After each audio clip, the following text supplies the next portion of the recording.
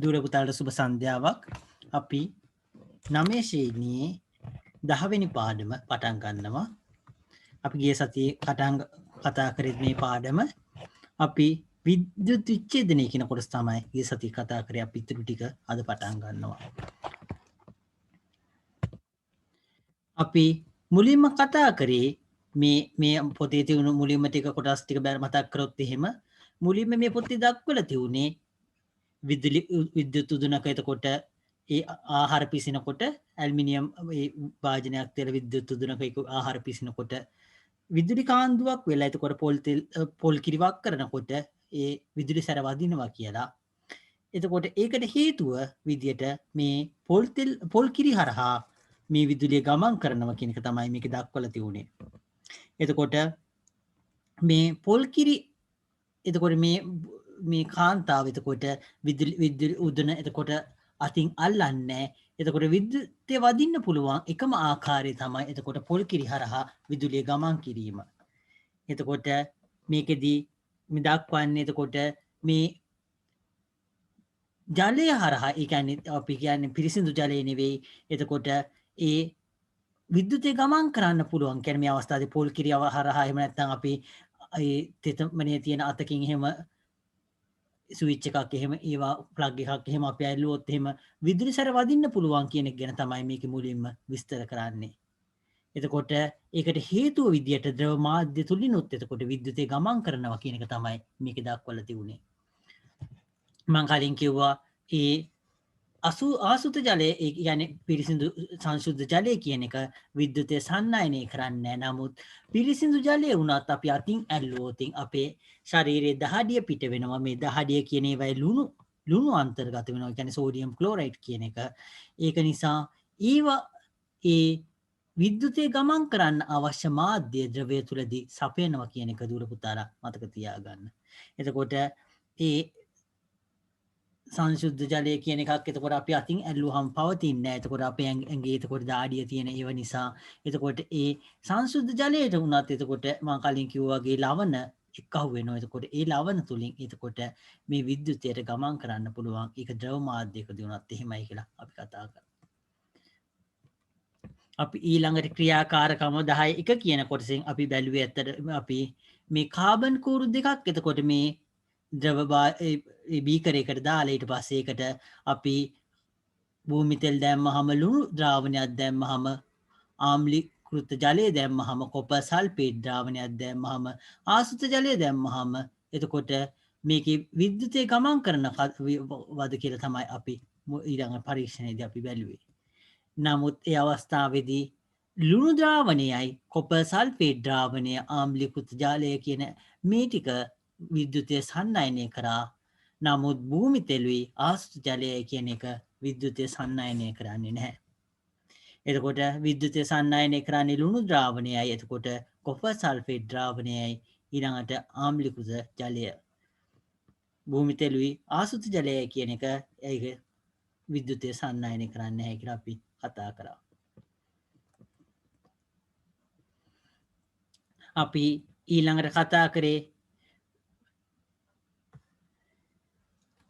අපි ඊළඟට කතා කරේ මේ විද්‍යුතය සන්නායනය කරනු ලබන ද්‍රව හෝ ද්‍රාවණ විද්‍යුත් විච්ඡේදය ලෙස හඳුන්වනවා කියලා. මේක ඉතාම වැදගත්. මේක මතක තියාගන්න. එතකොට විද්‍යුතය සන්නායනය කරනු ලබන ද්‍රව හරි ද්‍රාවණ විද්‍යුත් විච්ඡේදය කියලා හඳුන්වනවා. විද්‍යුතය සන්නායනය කරන ලබන ද්‍රව හරි ද්‍රාවණ හරි මෙතන දක්වලා තියෙන ද්‍රව හරි ද්‍රාවණ හරි ඒවට විද්‍යුත් විච්ඡේදය කියලා අපි හඳුන්වනවා. ඊළඟ කොටස බැලුවොත් එහෙම මේ භූමි තෙල් හරි ආසුත ජලය වගේ එතකොට ඒ විද්‍යුතය සන්නායනය නොකරන දේවල් ගැන අපි බැලුවොත් එහෙම විද්‍යුතය සන්නායනය නොකරන ද්‍රව ද්‍රාවණ විද්‍යුත් අවිච්ඡේද්‍ය කියලා කලින් අවස්ථාව විද්‍යුත් විච්ඡේද්‍ය මේ අවස්ථාවේදී එතකොට විද්‍යුත් අවිච්ඡේද්‍ය කියලා හඳුන්වනවා. එතකොට විද්‍යුතය සන්නායනය කරනු ලබන ද්‍රව හරි ද්‍රාවණ අපි විද්‍යුත් විච්ඡේද්‍ය කියලා කියනවා. විද්‍යුතය සන්නායනය නොකරන ද්‍රව හරි ද්‍රාවණ හරි වලට අපි විද්‍යුත් අවිච්ඡේද්‍ය කියලා කියනවා. මේ දෙක මතක තියාගන්න එක ඉතාම වැදගත් වෙනවා මේ පාඩමේදී. එතකොට මේ විද්‍යුත් විච්ඡේද කියලා කියන්නේ මොකද්ද? ඒ විද්‍යුතය සන්නයනය කරන ද්‍රාවණ හරි එතකොට අවිද්‍යුත් අවිච්ඡේදය කියලා කියන්නේ විද්‍යුතය සන්නයනය නොකරන ද්‍රව හරි ද්‍රාවණ හරි කියලා එක මතක තියාගන්න එක ඉතාම වැදගත් වෙනවා. ඊළඟ අපි කතා කරපු කරේ අපි අන්තිමට කතා කරේ එතකොට අපි අන්තිමට කතා කරේ මේ ඝන ආයනික සංයෝගවල ආයන තියුණත් ඒවට නිදහසේ චලනය වෙන්න බැහැ කියන කොටස තමයි අපි අන්තිමට කතා කරේ. එතකොට මේකෙදී අපි කලින් කතා කර සෝඩියම් ක්ලෝරයිඩ් කොපර් සල්ෆේට් වගේ ආයනික සංයෝග මේව ජලීය ද්‍රාවණයකදී ඒවා ධන ආයන ඍණ ආයන වලට වෙන් වෙලා තියෙන. ඒක නිසා මේවා ආයන ජලීය ද්‍රාවණය තුළදී ආයන වශයෙන් පවතින්නේ. ඒක නිසා විද්‍යුතය සන්නයනය කරන්න පුළුවන්.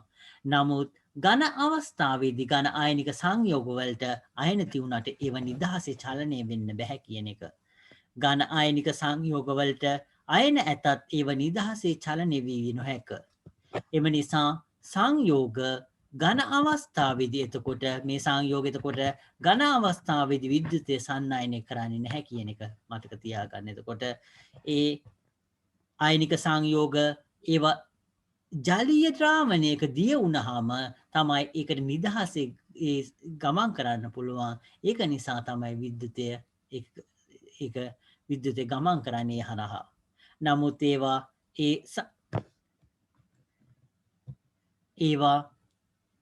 ඒ විද්‍යුතය ගමන් කරන්නේ එතකොට ඒ ජලීය ද්‍රාවණය එතකොට ජලීය ද්‍රාවණයකදී ඒව නිදහසේ ගමන් කරන්න පුළුවන් අවස්ථාවේදී විතරයි ඒවා විද්‍යුතය සන්නයනය කරන්නේ.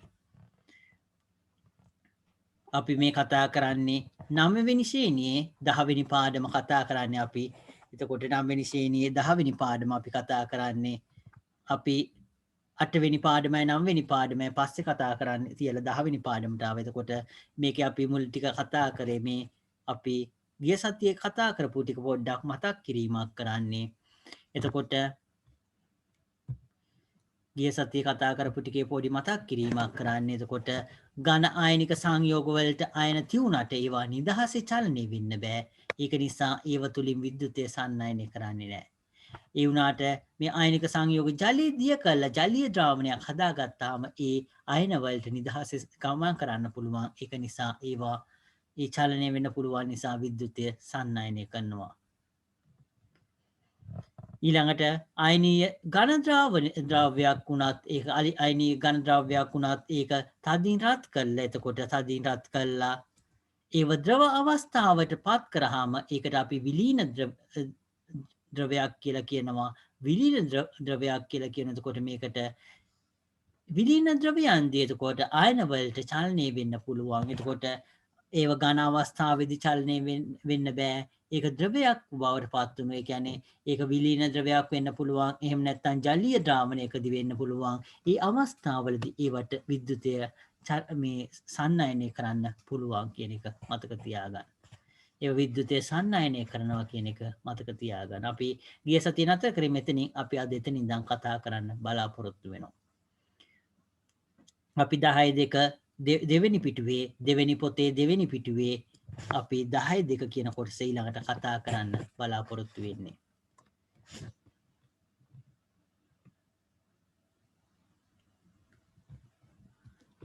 අපි ඊළඟට බැලුවොත් එහෙම විද්‍යුත් ධාරාවක් යැවීමෙන් ද්‍රාවණයක සිදුවන විපර්යාස විද්‍යුත් විච්ඡේදය හරහා විද්‍යුත් විච්ඡේදය හරහා විද්‍යුතය සන්නයනය කරන අවස්ථාවලදී විද්‍යුත් ධාරාව ඇතුළු වන හා ඉන් ධාරාව ඉවත් වන සන්නායක අපි ඉලෙක්ට්‍රෝඩ කියලා හඳුන්වනවා කියලා දක්වනවා. කලින් අවස්ථාවේදී කාබන් කූරු දෙකක් භාවිතා කරේ. කලින් අවස්ථාවේදී මෙතන කාබන් කූරු දෙකක් භාවිතා කරන්නේ මේ ඉලෙක්ට්‍රෝඩ විදියට.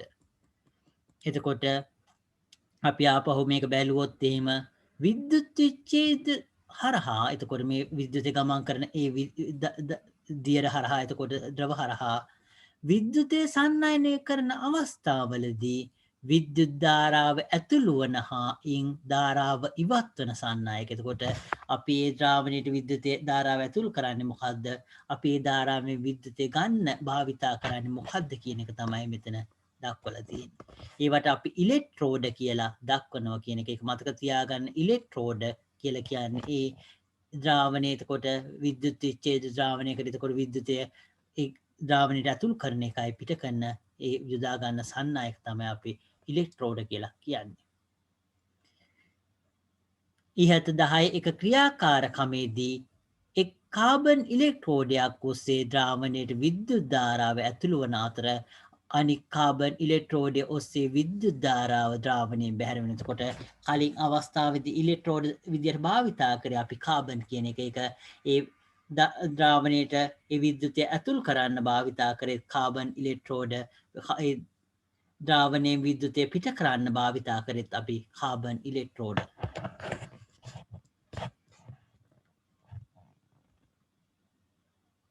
අපි ඊළඟ කොටස බැලුවොත් එහෙම විද්‍යුත් ධාරාවක් මගින් ද්‍රාවණයක සිදුවන විපර්යාස අධ්‍යයනය කිරීමට 10 ක්‍රියාකාරකම සිදු කරමු කියලා දක්වනවා. එතකොට විද්‍යුත් ධාරාවක් මගින් එතකොට ද්‍රාවණයක සිදුවන විපර්යාස අධ්‍යයනය කරන්න 10 ක්‍රියාකාරකම සිදු කරමු කියලා දක්වලා තියෙනවා. එතකොට අපි මේක බැලුවොත් එහෙම 10 මේ ක්‍රියාකාරකම අපි බැලුවොත් එහෙම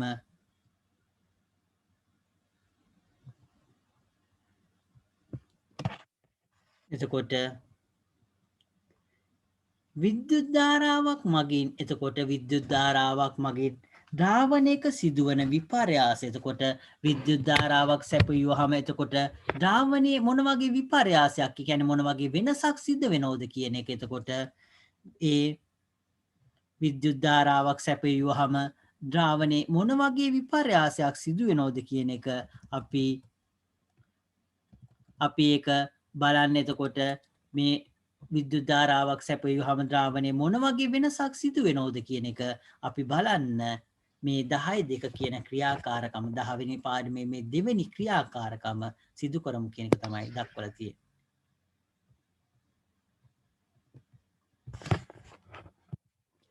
අපි ක්‍රියාකාරකම 10 කියන එක බැලුවොත් එහෙම 10 කියන එක බැලුවොත් එහෙම මේකෙදි මම මේ පොතේ තියෙන ටික ඉස්සෙල්ලා කියලා පස්සේ විස්තර කරන්න බලාපොරොත්තු වෙනවා.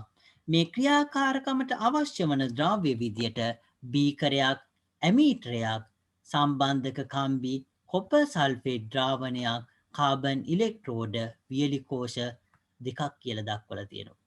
එතකොට මේකෙදී අපි විද්‍යුත් විච්ඡේදනයක් කරන්න හදන්නේ. එතකොට අපි විද්‍යුතය සපයන්න ඒ බැටරි ඒ වියලි කෝෂ කියන එක ඒක අවශ්‍ය වෙනවා. මේ අවස්ථාවේදී වියලි කෝෂ දෙකක් ගන්නවා අපි. එතකොට අපි සාමාන්‍යයෙන් ඒ වියලි කෝෂයක ඒ වෝල්ටීයතාවය 1.5ක් වෙනවා සාමාන්‍යයෙන්. අපි ඊටදී තියෙන අතර 9 වෝල්ට් එහෙම තියෙනවා. අපි ගොඩක් වෙලාවට කතා කරන්නේ මේ 1.5 වෝල්ට් කියන ඒ වියලි කෝෂ ගැන තමයි අපි සාමාන්‍යයෙන් කතා කරන්නේ. අපි විශේෂයෙන් කියන්න ඕන 9 වෝල්ට් කියලා කියවෙන්නම් අපි ඒක කියන්න ඕන 9 වෝල්ට් වියලි කෝෂ කියලා. අනිත් අපි නිකම්ම කියනවා නම් වියලි කෝෂ කියලා ගොඩක් ඒක සාමාන්‍යයෙන් අපි කියන්නේ 1.5 වෝල්ට් ඒ වියලි කෝෂ. අපි මේ ද්‍රාවණයේ එතකොට බීකරයක එතකොට ද්‍රාවණයක් තියෙනවා. ඒ ද්‍රාවණයේ විදිහට අපි භාවිතා කරන්නේ මොනවද? කොපර් සල්ෆේට් කියන එක. කොපර් සල්ෆේට් කියන එක දුවල පුතාලා මේක සමහර වෙලාවට මතක ඇති සමහරලාට 6 වසරේදී එහෙම විද්‍යුතය ඒ නිපදවන්න ඒ සරල කෝෂ කියන එකේදී එහෙම භාවිතා කරලා තියෙන මේ කොපර් සල්ෆේට් කියන එක. ඒක නිල් පාට ද්‍රාවණයක් ඇත්තටම නිල් පාට ද්‍රාවණයක් අප ඝන අවස්ථාවේදී එනකොට නිල් පාට පොඩි කැට වගේක් තියෙන. එතකොට ඒක රත් කරාම සුදු පාට වෙනවා කියලා සමහරලාට දූල පුතාලා පරීක්ෂණ කරද්දී එහෙම භාවිතා කරලා ඇති. ඊළඟට මේකෙදී අපි ඒ වියලි කෝෂ වලින් එතකොට දෙකකින් එතකොට විද්‍යුතය මේ ඉලෙක්ට්‍රෝඩ විදිහට භාවිතා කරන්නේ අපි කාබන් ඉලෙක්ට්‍රෝඩ. එතකොට කාබන් ඉලෙක්ට්‍රෝඩ හරහා විද්‍යුතය ගමන් කරනවා. එතකොට මේ ගමන් කරන විද්‍යුත් ප්‍රමාණය අපි මැනගන්න අපිට ඇමීටරයක් අවශ්‍ය වෙනවා. එතකොට බීකරයක් අවශ්‍ය වෙන ද්‍රාවණය දාන්න ඊට පස්සේ අපි ද්‍රාවණය විදිහට භාවිතා කරන්නේ කොපර් සල්ෆේට් ද්‍රාවණයක්. ඒකට ඒ කොපර් සල්ෆේට් ද්‍රාවණය ඊළඟට බීකරයට දැම්මා. ඒකට අපි ඉලෙක්ට්‍රෝඩ දෙකක් දැම්මා කාබන් ඉලෙක්ට්‍රෝඩ දෙකක්. ඒකට අපි බැටරි කෑල්ලක් සවි කරනවා ඒ සම්බන්ධ කරන කම්බිය වලින් එතකොට සම්බන්ධ කම්බි වලින් බැටරි කෑල්ලක් සවි කරනවා ඒක ඉලෙක්ට්‍රෝඩ එකට. ඒක අනිත් අග්‍රේ එතකොට අපි ඇමීටරයක් සවි කළා ඒක අනිත් ඉලෙක්ට්‍රෝඩයට සම්බන්ධ කරනවා. එතකොට අපිට මේ ඇමීටරය තුළින් පුළුවන් කොච්චර ධාරාවක් මේක තුළින් ගමන් කරනවද කියන එක බලාගන්න. අපි ඊළඟ කොටස බැලුවොත් එහෙම 10 කියන කොටස අපි බැලුවොත් එහෙම 10 රූපේ ආකාරයට ඇටවුම සකස් කර කොපර් සල්ෆේට් ද්‍රාවණය තුළින් විද්‍යුතය ගමන් කිරීමට සලස්වන්න. ඔබේ නිරීක්ෂණ සටහන් කරන්න. එතකොට මේ ආකාරයට එතකොට මේ ඇටවුම සකස් කරගන්නවා. මේ ආකාරයට ඇටවුම සකස් කරගෙන අපි මේ ද්‍රාවණය තුළින් එතකොට විද්‍යුතය ගලන්න සලස්වනවා. එතකොට විද්‍යුතය ගලනවද කියලා අපිට බලන්න පුළුවන් මේ ඇමීටරය මගින්. මේක ඇමීටරය එතකොට මේ ඇමීටරය තුළින් අපිට පුළුවන් ඒක පාඨාංකය ඔස්සේ එතකොට මේක තුළින් විද්‍යුතය ගමන් කරනවද කියන එක බලන්න.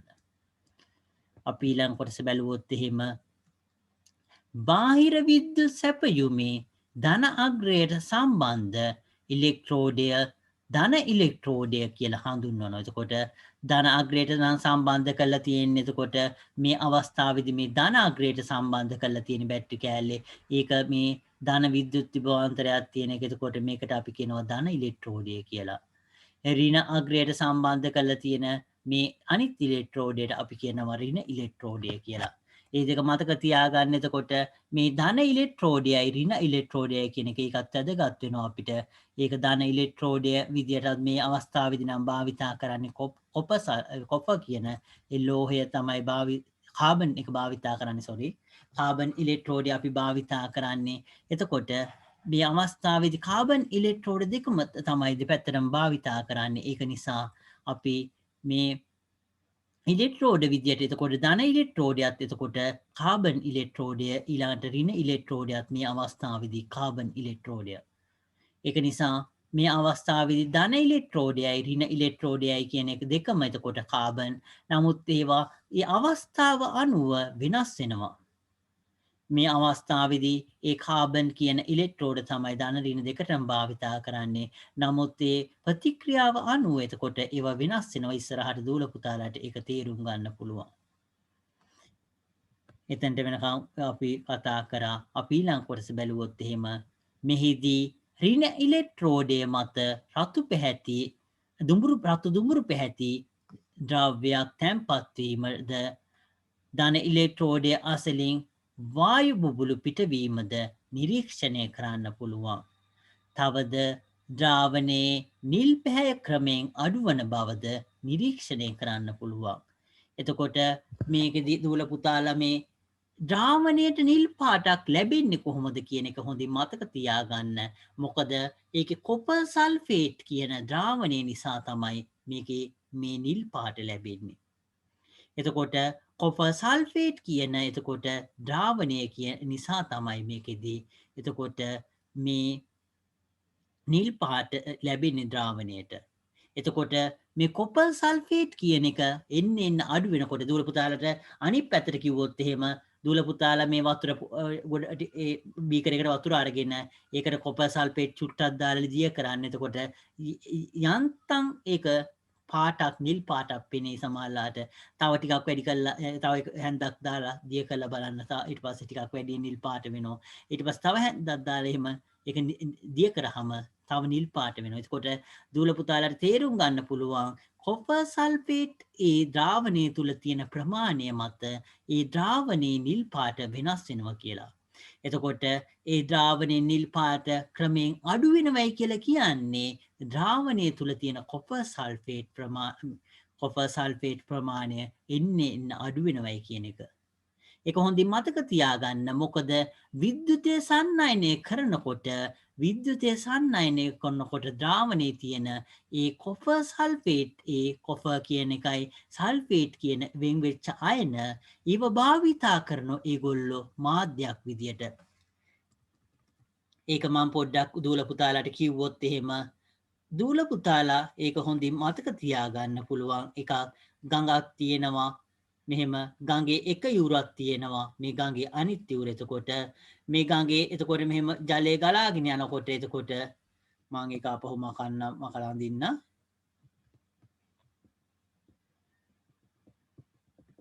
එතකොට මේක දූල පුතාලට ඒ මතක තියාගන්න පුළුවන් හොඳ විදිය තමයි එතකොට මේ අපි මෙතන මෙහෙම ගඟේ එක යුරක් ඇන්දා තව යුරක් මෙහෙම ඇන්ද එතකොට මේ ගඟේ එක යුරක් එතකොට මේ එක යුරක් මේකේ අනිත් යුර එතකොට ගඟේ ජලය මෙහෙම ගලාගෙන යනවා මෙතන බෝට්ටුවක් තියෙනවා එතකොට මෙතනින් බෝට්ටුවක් තියෙනවා එතකොට මෙතනින් එතකොට බෝට්ටුවක් තියලා මෙතන ඉඳන් එතකොට මෙතන බෝට්ටු මෙහෙම පිළිවෙලට නතර කරලා තියේ කියලා හිතුවොත් එහෙම මෙතනින් මිනිස්සු එනවා එක එක්කෙන මිනිස්සු ඇවිල්ලා එතකොට මෙහෙම එක එක මිනිස්සු ඇවිල්ලා මොකද කරන්නේ මේ බෝට්ටුව වල නැගලා මේ පැත්තට ගියාම මොකද වෙන්නේ කාලයත් එක්ක එතකොට මෙතන බෝට්ටුව නැති වෙලා මෙතනට බෝට්ටුව එනවා එතකොට මෙතනත් එහෙමයි එතකොට මෙතන බෝට්ටුව නැති වෙලා මෙතනට බෝට්ටුව එනවා එතකොට මෙතන බෝට්ටුව නැති වෙලා මොකද වෙන්නේ මෙතනට බෝට්ටු වෙන එතකොට මේ ආකාරයට බෝට්ටු මෙහෙම මෙතන පිළිවෙලට එකතු වෙනවා එතකොට මේ පැත්තේ බෝට්ටු එතකොට නැති වෙලා ඒ ටික සේරම මෙතනට එනවා එතකොට මේකෙදි මේ බෝට්ටු කියන ඒවා එතකොට සේරම මේ පැත්තට ඒකේ එක්කහුව වෙනවා ඒ වගේ දෙයක් තමයි මේකෙදි වෙන්නේ මේ විද්‍යුතය කියන එක ගමන් කරන්න මාධ්‍යයක් ඕන විද්‍යුතයට එතකොට අපි මේ විද්‍යුත් ධාරාව ගෙනියන්න දෙයක් ඕන ඒවට අපි මේ ආයන භාවිතා කරනවා එතකොට අයන කියන ඒවා එක් මාධ්‍යයක ඉඳන් එතකොට එක් තැනක ඉඳන් අනිත් තැනට ගිහිල්ලා එතන තැන්පත් වෙලා එතකොට තමයි විද්‍යුත් ධාරාව ගමන් කරන්නේ එතකොට මේකෙදි මේ බෝට්ටු බම් කතා කරේ එතකොට බෝට්ටු ටික මෙතන කෙලින්ම මෙහෙම තියෙනවා මේ පැත්තේ නම් එතකොට මිනිස්සු වෙනකොට එතකොට මෙතන තියෙන බෝට්ටු අරගෙන ඇවිල්ලා මේ පැත්තේ සේරම බෝට්ටු ටික එකතු වෙනවා එතකොට අපි ඒ වගේ දෙයක් තමයි මේ අවස්ථාවේදී වෙන්නේ එතකොට බාහිර විද්‍යුත් අපි මෙතන ආපහු බැලුවොත් එහෙම බාහිර විද්‍යුත් සැපයුමේ ධන අග්‍රයට සම්බන්ධ ඉලෙක්ට්‍රෝඩය ධන ඉලෙක්ට්‍රෝඩය කියනවා කිව්වා බාහිර විද්‍යුත් සැපයුමේ ඍණ අග්‍රයට සම්බන්ධ ඉලෙක්ට්‍රෝඩය අපි ඍණ ඉලෙක්ට්‍රෝඩය කියලා කතා කරා මෙහිදී එතකොට ඍණ ඉලෙක්ට්‍රෝඩය මත එතකොට ඍණ ඉලෙක්ට්‍රෝඩය මත රතු පැහැති ද්‍රව්‍යයක් තැන්පත් වෙලා තියෙනවා කියලා කතා කරා. එතකොට රතු පැහැති ද්‍රව්‍යයක් එතකොට මේ ඍණ ඉලෙක්ට්‍රෝඩය මත එතකොට මේ කොපර් කියන එක ඇත්තටම අපි ඒක ඉස්සරහට කතා කරනවා. එතකොට ඒ රතු දුඹුරු පැහැති ද්‍රව්‍යයක් එතකොට තැන්පත් වෙනවා. එතකොට මේ ඍණ ඉලෙක්ට්‍රෝඩය මත ධන ඉලෙක්ට්‍රෝඩය අසලින් මොකද වෙන්නේ? ධන ඉලෙක්ට්‍රෝඩය අසලින් මොකද වෙන්නේ? වායු බුබුලු පිටවීමද නිරීක්ෂණය කරන්න පුළුවන් කියලා දක්වලා තියෙනවා. එතකොට ධන ඉලෙක්ට්‍රෝඩය අසලින් වායු බුබුලු පිට වෙනවා ඍණ ඉලෙක්ට්‍රෝඩය මත දුඹුරු පැහැති ද්‍රව්‍යයක් තැන්පත් වෙලා තියෙනවා කියන එක. මේක අපි පොඩ්ඩක් ආපහු බලාගෙන ගියොත් එහෙම තවද ද්‍රාවණයේ නිල් පැහැය ක්‍රමයෙන් අඩුවන බව නිරීක්ෂණය කරන්න පුළුවන්. එතකොට මම කලින් කිව්වා වගේ ද්‍රාවණයේ නිල් පාට අඩු වෙනවා නම් ද්‍රාවණයේ නිල් පාට අඩු වෙනවා නම් ඒ නිල් පාට අඩු වෙන්නේ ඒ ද්‍රාවණයේ තියෙන කොපර් සල්ෆේට් ප්‍රමාණය අඩු වෙන නිසායි කියලා දූල පුතාලා හොඳින් තේරුම් ගන්න. මොකද මං කලින් කිව්වා ඒ අපි වතුර යම් ප්‍රමාණයක් අරගෙන ඒකට කොපර් සල්ෆේට් හැන්දක් දාලා දිය කරනවා. තව හැන්දක් දාලා දිය කරනවා. එහෙම ඒ හැන්ද දදා දිය කර කර ඒ ද්‍රාවණයේ පාට හොඳින් නිරීක්ෂණය කරොත් එහෙම දූල පුතාලාට බලා ගන්න පුළුවන් වෙනවා. එක හැන්දක් දැක්මහම ඒක සුදු පාටයි තාම. තව හැන්දක් දැම්මහම ටිකක් නිල් පාටයි. තව හැන්දක් දැම්මහම තව ටිකක් නිල් පාටයි. එහෙම ඒ කොපර් සල්ෆේට් එක්කහු කරන ප්‍රමාණය අනුව ඒ ද්‍රාවණයේ නිල් පාට වෙනස් වෙනවා කියලා දූල පුතාලට නිරීක්ෂණය කරන්න පුළුවන්. එතකොට ඒකෙන් එතකොට දූල පුතාලට තේරුම් ගන්න පුළුවන් මම කලින් කිව්වා වගේ ඒ ද්‍රාවණයේ තියෙන කොපර් සල්ෆේට් කියන ඒ ප්‍රමාණය අඩු වෙනකොට ද්‍රාවණයේ නිල් පාට අඩු වෙනවා. ඒකේ කොපර් සල්ෆේට් ප්‍රමාණය වැඩි වෙනකොට ද්‍රාවණයේ නිල් පාට වැඩි වෙනවා කියන එක හොඳින් තේරුම් ගන්න පුළුවන්. ඒක නිසා මේ අවස්ථාවේදී ද්‍රාවණයේ නිල් පාට ක්‍රමයෙන් අඩුවන බව කියලා දක්වලා තියෙන. එතකොට මේ අවස්ථාවේදී එතකොට ද්‍රාවණයේ තියෙන කොපර් සල්ෆේට් එන්න අඩුවීමක් සිද්ධ වෙනවා කියලා දූල පුතාලට තේරුම් ගන්න පුළුවන්. එම නිසා ද්‍රාවණයේ අඩංගු සංයෝග රසායනික විපර්යාසයකට භාජනය වන බව මින් පැහැදිලි. එතකොට මේ ද්‍රාවණය එතකොට තියෙන දේවල් එතකොට මේ විද්‍යුතය ගමන් කරන්න උදව් වෙන්නේ මේ ද්‍රාවණයේ තියෙන දේවල්. ඒක කොප අයනයි ඊළඟට සල්ෆේට් අයනයි කියන ඒවා. ඒවා තමයි මේ උදව් කරන්නේ එතකොට මේ විද්‍යුතය ගමන් කරන්න. එතකොට ඒක උදව් කරාම මම කලින් කිව්වා වගේ බෝට්ටුවක් කියලා හිතුවොත් එහෙම බෝට්ටුවක් දෙනවා. එතකොට ඒක නැගලා යන්නේ. එතකොට ඒ බෝට්ටුවේ එතකොට ගිහිල්ලා එක පැත්තක තැම්පත් වීමක් සිද්ධ වෙනවා. ඒක නිසා ඒක දූල පුතාලාට මේ අවස්ථාවේදී ඒ විද්‍යුතය ගමන් කරන නිසා එතකොට විද්‍යුතය ගමන් කරේ නැත්නම් බෝට්ටු ටික ඒ තියුණු විදිහටම තියෙනවා. විද්‍යුතය ගමන් කරනකොට බෝට්ටු ඒ පැත්තේ ඉඳන් අනිත් පැත්තට එතකොට ඒකේ බෝට්ටු ටික සේරම එක්කහුව වෙලා ඒක එක පැත්තකට ගමන් කිරීමක් සිද්ධ වෙනවා. ඒක එතකොට ඒක මේ රසායනික විපර්යාසයකට භාජනය වන බව පැහැදිලි කියලා දක්වලා තියෙන්නේ මේ කොටස. මෙම රසායනික විපර්යාසය ඇතිවන්නේ ද්‍රාවණය තුලින් යැවූ විද්‍යුත් ධාරාව නිසායි. එතකොට අපි මේ ද්‍රාවණය තුලින් එතකොට විද්‍යුත් ධාරාවක් යවුවේ නැත්නම් මේ වගේ විපර්යාසයකට භාජනය වෙන්නේ නැහැ ද්‍රාවණය. එතකොට මේ රසායනික විපර්යාසය සිද්ධ වෙන්නේ ද්‍රාවණය තුලින් අපි විද්‍යුත් ධාරාවක් යවපු නිසා. මෙහිදී ඍණ ඉලෙක්ට්‍රෝඩය මත තඹ තැන්පත් වන අතර කලින් කිව්වා ඒ අවස්ථාව එතකොට ඍණ ඉලෙක්ට්‍රෝඩයට එතකොට ධන ඉලෙක්ට්‍රෝඩේ ඉඳන් එතකොට විද්‍යුතය ගමන් කරනකොට ඍණ ඉලෙක්ට්‍රෝඩය මත තඹ තැන්පත් වෙනවා. අපි මේක ඉස්සරහට කතා කරනවා. දැන්ට පොඩ්ඩක් ඒක මේ මතක තියාගන්න අපි ඉස්සරහට අපව කතා කරන්න බලාපොරොත්තු වෙනවා. ධන ඉලෙක්ට්‍රෝඩය අසලින් ඔක්සිජන් වායුව එතකොට ඔක්සිජන් වායුව පිට වෙනවා කියලා දක්වලා තියෙනවා. විද්‍යුත් විච්ඡේදනයට ලක්වන කොපර් සල්ෆේට් ඊට වඩා සරල ද්‍රව්‍යයක් වන කොපර් බවට පත් වෙනවා කියලා දක්වනවා.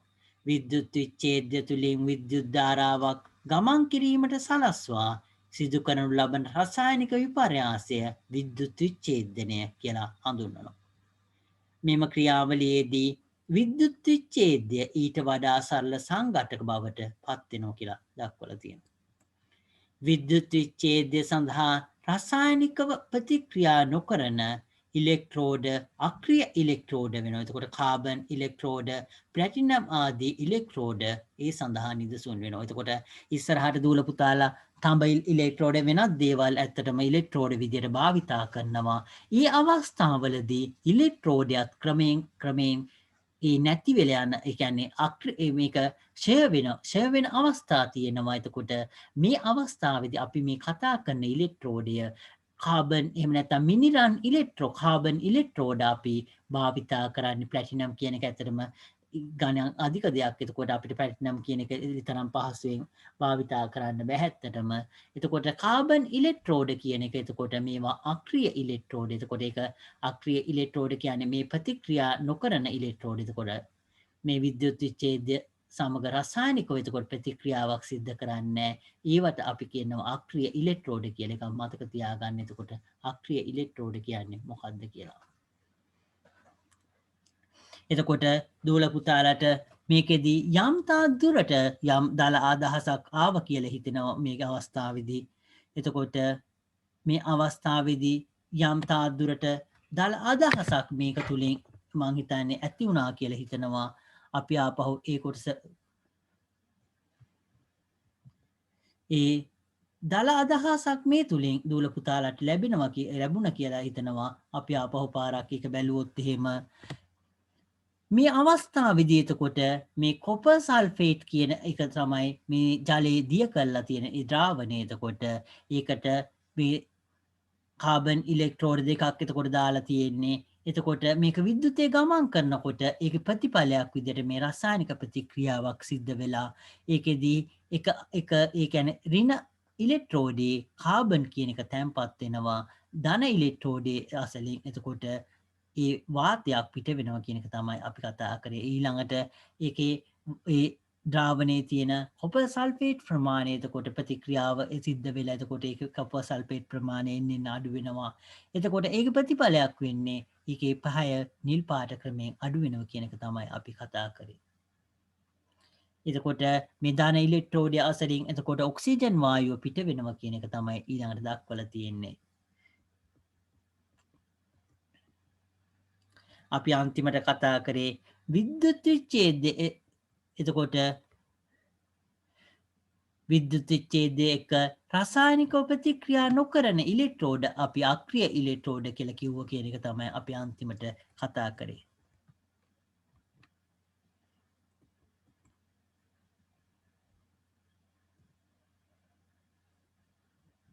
එතකොට අපි ඊළඟට කතා කරන්නේ අල්පාම්ලිත ජලය විද්‍යුත් විච්ඡේදනය. එතකොට අල්පාම්ලිත ජලය විද්‍යුත් විච්ඡේදනය කියන කොටස තමයි අපි ඊළඟට කතා කරන්නේ. විද්‍යුත් විච්ඡේදනයකදී විද්‍යුත් විච්ඡේදය ඊට වඩා සරල ඵල බවට පත්වන 10 ක්‍රියාකාරකම ඇසුරින් උගත්වෙමු කියලා දක්වනවා. එතකොට විද්‍යුත් විච්ඡේදනය එතකොට විද්‍යුත් විච්ඡේදනයේදී එතකොට විද්‍යුත් විච්ඡේදය මේ අවස්ථාවේදී අපි කලින් අවස්ථාවේදී කතා කරේ කොපර් සල්ෆේට් කියන එක. ඒක කොපර් කියන අවස්ථාව ඊළඟ ඔක්සිජන් ලැබුණ කියන එක. එතකොට ඒ වගේ සරල ප්‍රතිඵල බවට පත් වෙනවා කියන එක තමයි අපි කලින් කතා කරේ. ඊළඟට ඒ පිළිබඳව තවදුරටත් අධ්‍යයනය කිරීම සඳහා අල්පාම්ලිත ජලය විද්‍යුත් විච්ඡේදනයෙන් ලැබෙන්නේ ඵල මොනවාදයි සොයා බලමු කියලා දක්වලා තියෙනවා. එතකොට මේ අල්පාම්ලිත ඒ ජලය විද්‍යුත් විච්ඡේදනය කරාම අපිට මොනවද ලැබෙන්නේ කියන එක තමයි අපි ඊළඟට සොයලා බලන්නේ. ඒ සඳහා අපි 10 කියන ක්‍රියාකාරකමේ යෙදමු කියලා තමයි දක්වලා තියෙන්නේ. අපි ඊළඟ කොටස බැලුවොත් එහෙම 10 කියන ක්‍රියාකාරකම තමයි අපි ඊළඟට කතා කරන්න බලාපොරොත්තු වෙන්නේ. එතකොට මේ අවස්ථාවේදී ඇත්තටම අපි මේ සූත්‍ර ඇත්තට මේ අවස්ථාවේදී කතා කරලා නැහැ. ඇත්තටම දුවලා පුතාලා ඉහළට යනකොට ආපහු විද්‍යුත් විච්ඡේදය කියන කොටස නැවතත් ඉගෙන ගන්නවා. ඇත්තටම ඒක උසස් පෙළදී රසායන විද්‍යාවේදී විද්‍යුත් විච්ඡේදය කියන එක ඉගෙන ගන්නවා. මේ අවස්ථාවේදී විද්‍යුත් විච්ඡේදය කියන කොටස ඇත්තටම කතා කරලා නැහැ. මේ සමීකරණ ගැන කතා කර නැහැ. ඇත්තටම තාම අපි මේකෙදි විද්‍යුත් විච්ඡේදය තුලින් මොන වගේ දෙයක්ද සිද්ධ වෙන්නේ කියන එක, ඒකේ ප්‍රයෝජන මොනවද කියන එක ගැන තමයි අපි කතා කරේ. අපි ඊළඟට මේ 10 කියන අවස්ථාව අපි ඊළඟට බැලුවොත් එහෙම 10 පරීක්ෂණ එහෙම නැත්නම් ක්‍රියාකාරකම් බැලුවොත් එහෙම ඒකට අවශ්‍ය වන ද්‍රව්‍ය විදියට තනුක සල්ෆියුරික් අම්ලයෙන් ස්වල්පයක් එකතු කළ ආසුත ජලය. එතකොට මේකෙදි අවශ්‍ය වෙන ද්‍රව්‍ය විදියට තනුක සල්ෆියුරික් අම්ලයෙන් එතකොට ස්වල්පයක් එකතු කරපු ආසුත ජලය තමයි එතකොට අවශ්‍ය වෙන්නේ.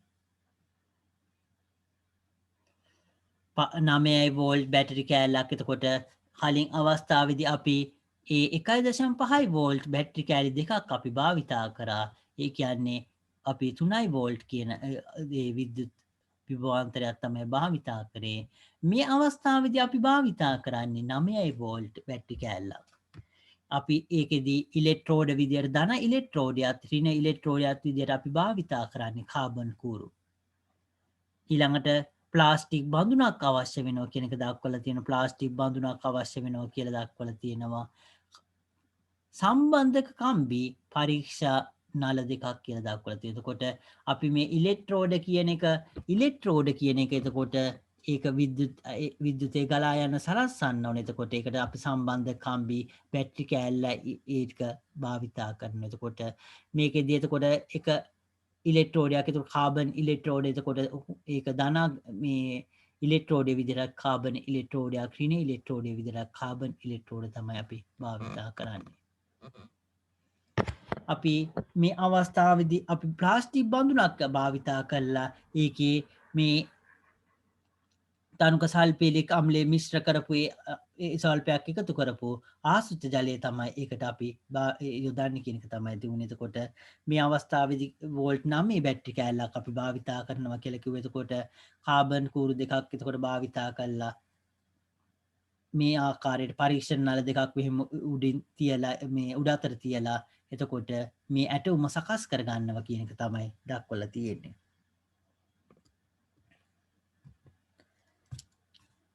අපි ක්‍රමය කියන එක බැලුවොත් එහෙම ප්ලාස්ටික් බඳුනක පතුලේ සිදුරු දෙකක් විද ඒ සිදුරු තුළින් කාබන් කූරු දෙකක් ඇතුළු කර ඉටිවැනි ද්‍රව්‍යයකින් මුද්‍රා තබන්න කියලා දක්වලා තියෙනවා. එතකොට මේ අවස්ථාවේදී එතකොට මොකද්ද කරන්නේ? ප්ලාස්ටික් බඳුනක එතකොට පතුලෙන් එතකොට මේ ප්ලාස්ටික් බඳුන ගන්නේ ඒකේ ඒ පතුලෙන් එතකොට ඒ කාබන් කූරු ඇතුල් කරන තමයි මේ ප්ලාස්ටික් එතකොට මේ ප්ලාස්ටික් බඳුන අරගෙන තියෙන නැත්නම් වීදුරු බඳුනක් ගන්න පුළුවන් මේ වෙනුවට මේ අවස්ථාවේදී එතකොට ප්ලාස්ටික් බඳුනක් අරගෙන තියෙන්නේ ඒක තුලින් මේ වීදුරු කූරු ඇතුල් ඒක තුලින් මේ කාබන් කූරු ඇතුල් කරන්න තමයි අපි භාවිතා කරන්නේ. ඊට පස්සේ අපි මේකේ කාබන් කූරු දෙක ඇතුල් කළා ඒකෙන් තුලින් ඒ අල්පාම්ලිත එතකොට ජලය අල්පාම්ලිත ජලය කියන එක ඒක තුලින් ඒක තුලින් පිට වෙන්නේ නැති වෙන්න අපි ඉටිවැනි එතකොට ද්‍රව්‍යයකින් එකට මුද්‍රා තබනවා කියන එක දක්වලා තියෙනවා. එතකොට ඒක තුලින් සීල් කරනවා කියන එක එතකොට ඒකෙන් එතකොට ඒක තුලින් එතකොට ජලයට ගමන් කරන්න බැරි තත්ත්වයටපත් කරන්න ඕනේ නැත්නම් අපි මේ භාවිතා කරන අල්පාම්ලිත ජලය ඒක තුලින් කාන්දු වෙනවා කියන එක දූල පුතාලට හොඳින් තේරෙනවා ඇති. ඊට පස්සේ අපි ඊළඟ කොටස බැලුවොත් එහෙම ඉන්පසු බඳුනට අල්පාම්ලිත ජලය දමා 10:3 රූපේ ආකාරයට ඇටුම සකස් කරගන්න කියලා දක්වනවා. එතකොට මේ බඳුනට ඊට පස්සේ අල්පාම්ලිත ජලය එතකොට 10:3 රූපේ ආකාරයට එතකොට මේ සැකසුම සකස් කරගන්න මේ ආකාරයට මේ ඇටුම එතකොට සකස් කරගන්න කියන එක තමයි අපිට කියන්නේ. එතකොට ඊට පස්සේ හොඳින් නිරීක්ෂණය කරන්න නිරීක්ෂණය සටහන් කරන්න කියලා දක්වලා තියෙනවා. අපි මේකේ මේ ප්‍රතිඵලය කියන එක ඊළඟට කතා කරොත් එහෙම මොකද්ද මේක තුලින් අපිට නිරීක්ෂණය කරන්න පුළුවන් කියන එක තමයි අපි ඊළඟට කතා කරන්න බලාපොරොත්තු වෙන්නේ. මෙහිදී ඉලෙක්ට්‍රෝඩ අසලින් වායු බුබුලු පිටවනු දැකිය හැකියි. එතකොට මේ අවස්ථාවේදී එතකොට ඉලෙක්ට්‍රෝඩ අසලින් එතකොට මොකද වෙන්නේ? වායු බුබුලු පිට වෙන එක අපිට බලා ගන්න පුළුවන් කියලා දක්වනවා. පිටවන වායු බුබුලු පිටවන වායු පරීක්ෂණ නලයේ එකතු වෙනවා කියලා දක්වලා තියෙනවා. එතකොට පරීක්ෂණ නලයක් මේ අවස්ථාවේදී එතකොට මේ ආකාරයට මේ පරීක්ෂණ නලයක් එතකොට මේ අවස්ථාවේදී එතකොට මේ ආකාරයට යටිකුරුව එතකොට පරීක්ෂණ නල දෙකක් තියලා තියෙනවා. එතකොට මේ අවස්ථාවේදී එතකොට මේ පරීක්ෂණ නල එතකොට ඒව තුලින් එතකොට වාතය එකතු වෙනවා කියන එක තමයි දක්වලා තියෙන්නේ. ඍණ ඉලෙක්ට්‍රෝඩ අසලින් පිටවන වායුවේ පරිමාව ධන ඉලෙක්ට්‍රෝඩ අසලින් පිටවන වායුවේ පරිමාවයෙන් දෙගුණයක් කියලා දක්වලා තියෙනවා. එතකොට මේ අවස්ථාවේදී එතකොට අපි අල්පාම්ලිත එතකොට ජලය භාවිතා කරන්නේ අපි කාබන් ඉලෙක්ට්‍රෝඩ දෙකක් භාවිතා කරා. ඊට පස්සේ අපි ජලය අල්පාම්ලිත ජලය අපි විද්‍යුත් විච්ඡේදනය කරාම ඒක තුලින් එතකොට වාතය පිට වෙනවා කියන එක තමයි දක්වලා තිබුණේ. එතකොට ධන ඉලෙක්ට්‍රෝඩය අසලිනුයි ඍණ ඉලෙක්ට්‍රෝඩය අසලිනුයි එතකොට ඒ වායුවක් පිට වෙනවා. එතකොට මේ විද්‍යුත් විච්ඡේදනයේ ප්‍රතිඵලයක් විදියට. ඒ පිටවන වායුව කියන එක එතකොට මේ වායු වල පරිමාව බැලුවොත් එහෙම ඍණ ඉලෙක්ට්‍රෝඩයයි එතකොට ධන ඉලෙක්ට්‍රෝඩයයි අතර තියෙන මේ වායු වල ඒ පරිමාව බැලුවොත් එහෙම එතකොට ධන ඉලෙක්ට්‍රෝඩය අසලින් පිටවන වායුවේ පරිමාවමෙන් එතකොට ඍණ ඉලෙක්ට්‍රෝඩයේ අසලින් පිටවන වායුව එතකොට දෙගුණයක් වෙනවා කියලා දක්වලා තියෙනවා. මෙතන අපි බැලුවොත් එහෙම ආපහු ඍණ ඉලෙක්ට්‍රෝඩය අසලින් එතකොට ඍණ ඉලෙක්ට්‍රෝඩය අසලින් එතකොට පිටවන වායුවේ පරිමාව එතකොට ඍණ ඉලෙක්ට්‍රෝඩය අසලින් එතකොට ඍණ ඉලෙක්ට්‍රෝඩය අසලින් පිටවන වායුවේ පරිමාව ධන ඉලෙක්ට්‍රෝඩය අසලින් පිටවන වායුවේ පරිමාවයෙන් දල වශයෙන් දෙගුණයක් කියලා දක්වනවා. එතකොට ධන ඉලෙක්ට්‍රෝඩය අසලින් එතකොට පිටවන වායුවේ පරිමාව එතකොට ධන ඉලෙක්ට්‍රෝඩය අසලින් පිටවන වායුවේ පරිමාව එතකොට ඍණ ඉලෙක්ට්‍රෝඩය අසලින් පිටවන වායුවේ පරිමාව එතකොට මේ රින ඉලෙක්ට්‍රෝඩය කියන එක අසලින් පිටවන වායුවේ පරිමාව ධන ඉලෙක්ට්‍රෝඩය අසලින් පිටවන වායුවේ පරිමාව වගේ දෙගුණයක් කියලා. එතකොට ධන ඉලෙක්ට්‍රෝඩය අසලින් එකක් පිට වෙනවා නම් එතකොට රින ඉලෙක්ට්‍රෝඩය අසලින් දෙගුණයක් පිට වෙනවා කියන එක තමයි දක්වලා තියෙන එක දූල පුතාලා. මේකෙදි බැක්කහම මේ රින ඉලෙක්ට්‍රෝඩයේ පරිමාව මෙච්චරයි ධන ඉලෙක්ට්‍රෝඩයේ පරිමාව මෙච්චරයි. එතකොට දෙගුණයකට විතර මෙතන රින ඉලෙක්ට්‍රෝඩය අසලින් එතකොට වායුව පිට වෙලා තියෙන කියන එක බලා ගන්න පුළුවන්.